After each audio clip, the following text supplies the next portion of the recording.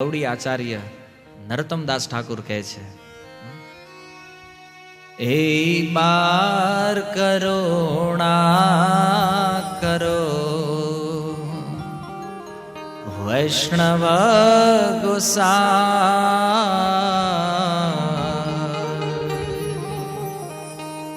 એ બાર કરુણા કરો વૈષ્ણવ ગોસાઈ, એ બાર કરુણા કરો વૈષ્ણવ ગોસાઈ,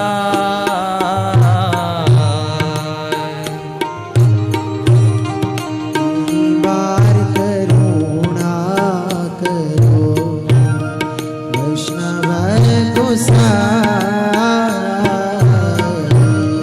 પતિત પાવન તુમ બિન કે હો ના, પતિત પાવન તુમ બિન કે હો નરોત્તમદાસ પ્રાર્થના કરતા કહે છે,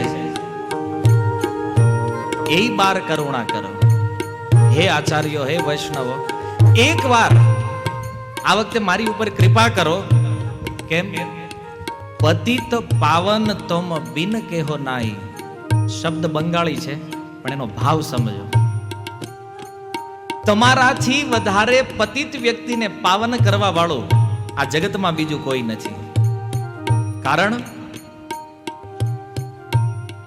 જહાર નિકટે ગેલે પાપ દૂરે જાય.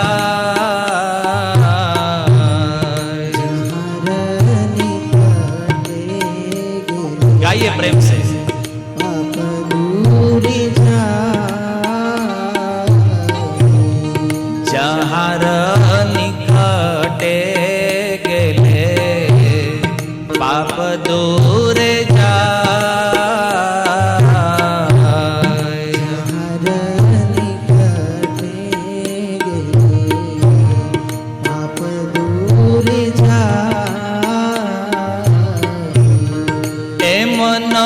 દયાલ પ્રભુ એવા કો થાપા, મનો દયાલ પ્રભુ એવા કો થાપા. નરોત્તમદાસ કહે છે, જહાર નિકટે ગેલે પાપ દૂરે જાય. જેની નજીક જવા માત્રથી વ્યક્તિના પાપ દૂર થઈ જાય છે. કેટલી સુંદર વૈષ્ણવની મહિમા બતાવી છે. જો કોઈ ઓળખાણ નહીં, કોઈ જાણકારી નહીં, ખાલી કોઈ ભક્તની પાસે જઈને બેહી જાઓ, પાપ એમનામ દૂર વયા જાય. બોલો, આ અદ્ભુત વ્યક્તિત્વ છે કે નથી? પાસે જવાથી ખાલી બોલો, કાંઈ કરવાનું જ નહીં. પણ ભક્તોથી તો આપણે બહુ છેટું છે. ધોતી વાળા ભાળવા જોઈએ ત્યાં આઘા ભાગે, આમ 10 ફૂટ આઘા હાલે. મનમાં નક્કી આનથી આઘા હારા, કારણ કે એને બીક હોય કે આપણને તેની જેવા બનાવી દે. અને પાકું છે, વૈષ્ણવો જે છે ને એ પોતાની જેવા જ બીજાને બનાવી દે. જો સંસારમાં લોકો શું ચાહે છે કે વ્યક્તિ મારી કરતા હેઠો રહેવો જોઈએ, જ્યારે ભક્તોની ભાવના શું છે કે આ વ્યક્તિ મારી જેવો જ હોવો જોઈએ, same to same, xerox copy. આ ભક્તોનો ભાવ છે. એ ક્યારેય કોઈને પોતાનાથી નીચે જોવા નથી માંગતો. શું કામ? કારણ કે એ માને છે કે મારાથી નીચે બીજું કોઈ છે નહીં, હું જ બધા કરતા નીચ વ્યક્તિ છું. આવા ભક્ત, આવા શુદ્ધ વૈષ્ણવની બાજુમાં બેસવાનો જો અવસર પ્રાપ્ત થઈ જાય ને, પાપ એમનામ હૃદયને છોડીને ભાગી જાય છે. અને જે ગંગાજીના તટે આપણે બેઠા છીએ એના વિષયમાં નરોત્તમદાસ કહે છે, ગંગાર પરશ હોઈલે પશ્ચાતે પાવન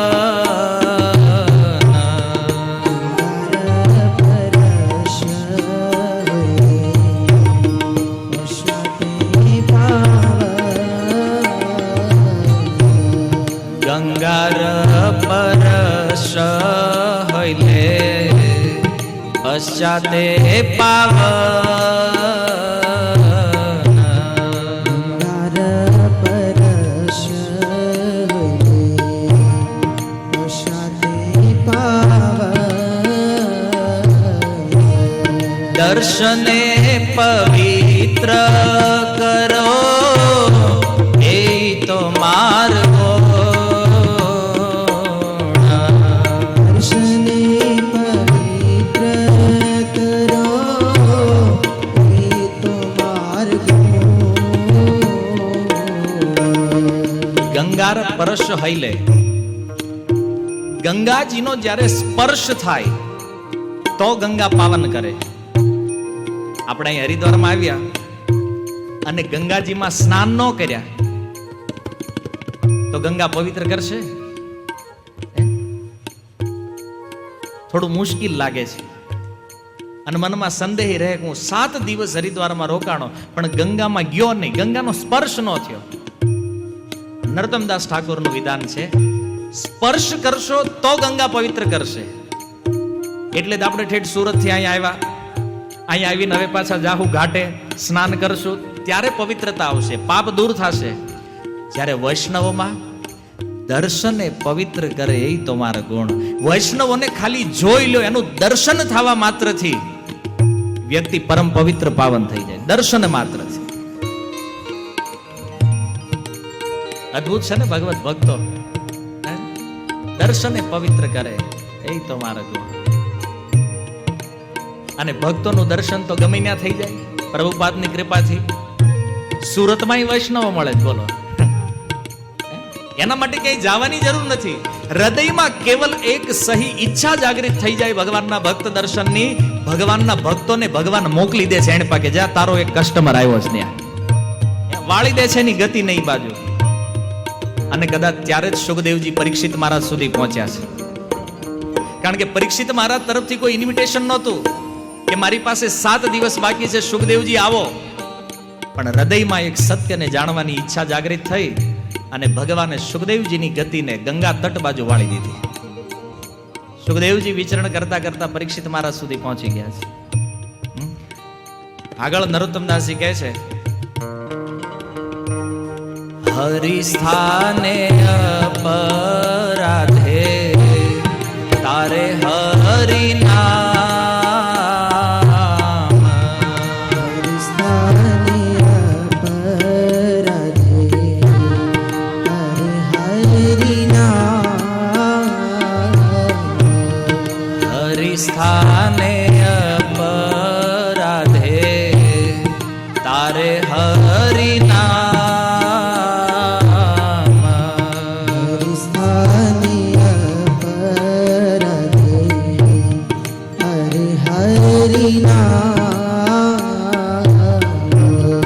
તોમ સ્થાને અપરાધે નાહી પરિત્રાણ ઓમ સ્થાને અપરાધે નાહી પરિત્રાણ હરિસ્થાને અપરાધ.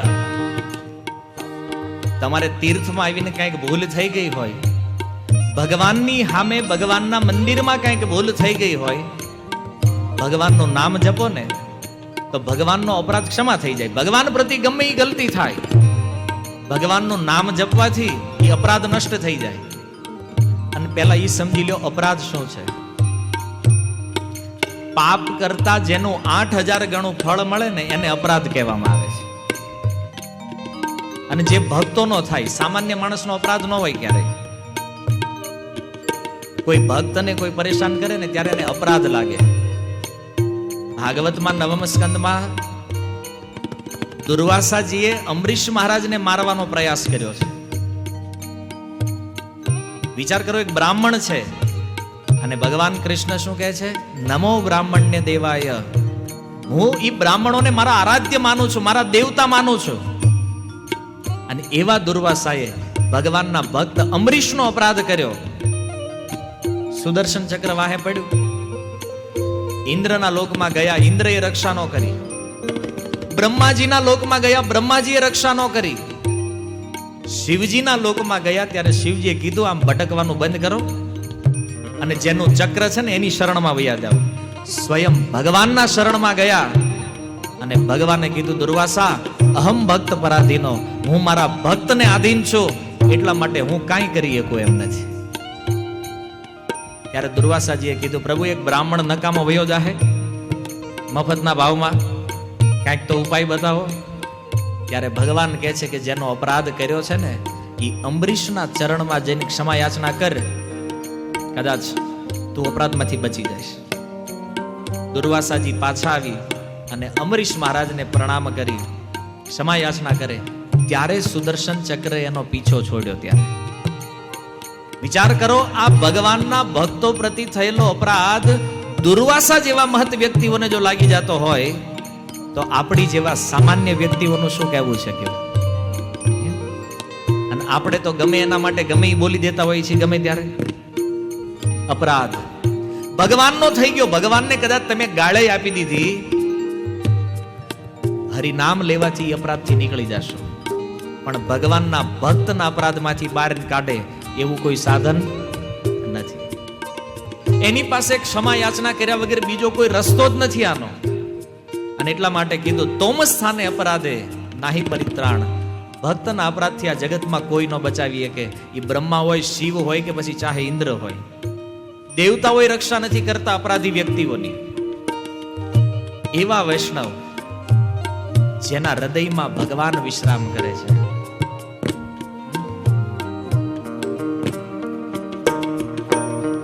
તમારા હૃદયે સદા ગોવિંદ વિશ્રામ.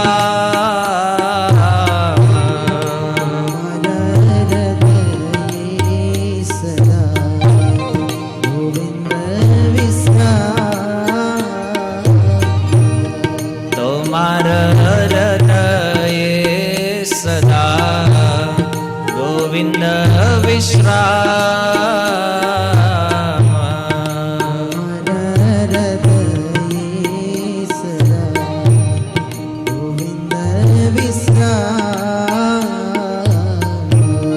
ગોવિંદ કહે ન મોર વૈષ્ણવ પરાણ. ગોવિંદ કહે ન મોર વૈષ્ણવ પરાણ. તમારા હૃદય, ભક્તના હૃદયમાં કોણ રહે છે? ભગવાન. ભક્તના હૃદયમાં ભગવાન રહે છે એવી રીતે ભગવાનના હૃદયમાં ભક્ત રહે છે.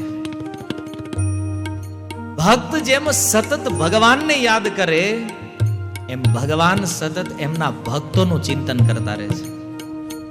અને એટલા માટે કોઈ પણ અસુરને જ્યારે ભગવાન હારે બદલો લેવો હોય ને ત્યારે એ શું કરે છે? ત્યારે એ ભગવાનના ભક્તો ઉપર અત્યાચાર કરે છે. કારણ કે એને ખબર છે કે ગોવિંદને મારવો હોય તો એ મળે ક્યાં? ભક્તના હૃદયમાં. અને ભક્તોના હૃદયને જો પીડા આપશું એનો અર્થ એ પીડા સીધી કોને લાગે છે? ભગવાનને. ભક્તને આપેલી પીડા સીધી ભગવાન પોતાની ઉપર લઈ લે છે. અને એટલા માટે ગીતામાં એણે કીધું પરિત્રાણાય સાધુનામ. મારા ભક્ત ઉપર જો કોઈ આંગળી ઉઠાવશે ને વૈકુંઠ છોડીને આવીને એની રક્ષા કરવી પડે તોય કરીશ ભગવાન કે. અવતારોના લિસ્ટમાં હતું નહીં નરસિંહદેવના આવવાનું, પણ પ્રહલાદ ઉપર અત્યાચાર થયો, થાંભલાને ફાડીને ભગવાન આવ્યા. હિરણ્યકશિપુને કે હવે અડાડલે હાથ ખબર પડે તને. જો કે આમેય નહોતો અડાડી શક્યો, કારણ કે આ જગતમાં એવું કોઈ નથી ભગતનો વાળ વાંકો કરી શકે. કારણ કે જેની રક્ષા ખુદ ભગવાન કરે એને પછી બીજા કોનો ભય છે? આવા એકબીજાના પ્રેમીઓ જે છે, ભગવાનને ભક્તમાં પ્રેમ છે અને ભક્તને ભગવાનમાં પ્રેમ છે, એવા વૈષ્ણવોની અંતિમ પ્રાર્થના નરોત્તમદાસ કહે છે પ્રતિ જન્મે કરી આશા ચરણે રધો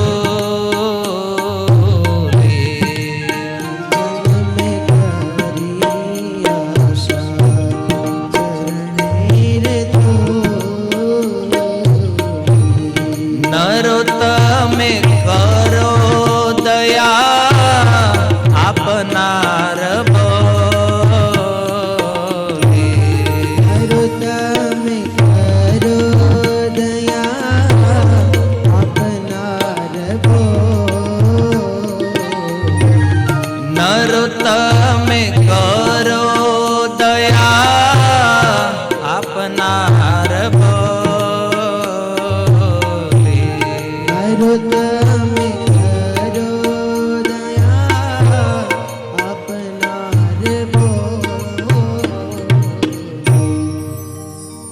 જન્મે કરી આશા ચરણે રે ધૂલી. નરોત્તમદાસ ઠાકુર કહે છે કે હે પ્રભુ, મારા ભલે અનેક જન્મો થાય, પણ એ અનેક જન્મોની અંદર પ્રાર્થના એક જ છે કે તમારા જે ભક્ત છે, વૈષ્ણવ છે, એના ચરણ કમળોની રજ અમને પ્રાપ્ત થતી રહે, બસ.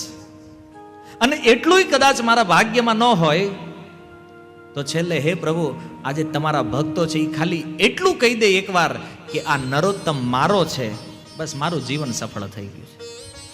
આ જગતમાં કોઈ ભક્ત એમ કહી દે ને કે આ મારો વ્યક્તિ છે, સમજો કે એનું જીવન એટલાથી જ સફળ થઈ ગયું છે. કારણ કે ભક્તના સંગમાં રહે છે ને, તો એક દિવસી ભક્તને ભગવાન દર્શન આપવા જરૂર આવશે. અને જેથી ભગવાન આવશે ને દર્શન આપવા, ત્યારે ભગવાન જોશે કે એની હારે આ કોઈક બીજો માણસ છે, ભગવાન એને લેતા જાય સારવાર. ભાગવત પ્રમાણ છે, કથાઓ આવશે આગળ. ગજેન્દ્રનો ઉદ્ધાર કરવા આવ્યા એ ભગવાન, અને ગજેન્દ્રનો ઉદ્ધાર કરતા પહેલા એ ગ્રાહનો ઉદ્ધાર કરી દીધો ભગવાને. અષ્ટમ સ્કંદ ભાગવતની કથા. આપણને ભક્તિ ન આવડે તો કાંઈ નહીં, ભક્તોની હારે રહેતા આવડી જાય ને ખાલી, તોય આપણો ઉદ્ધાર સંભવ છે.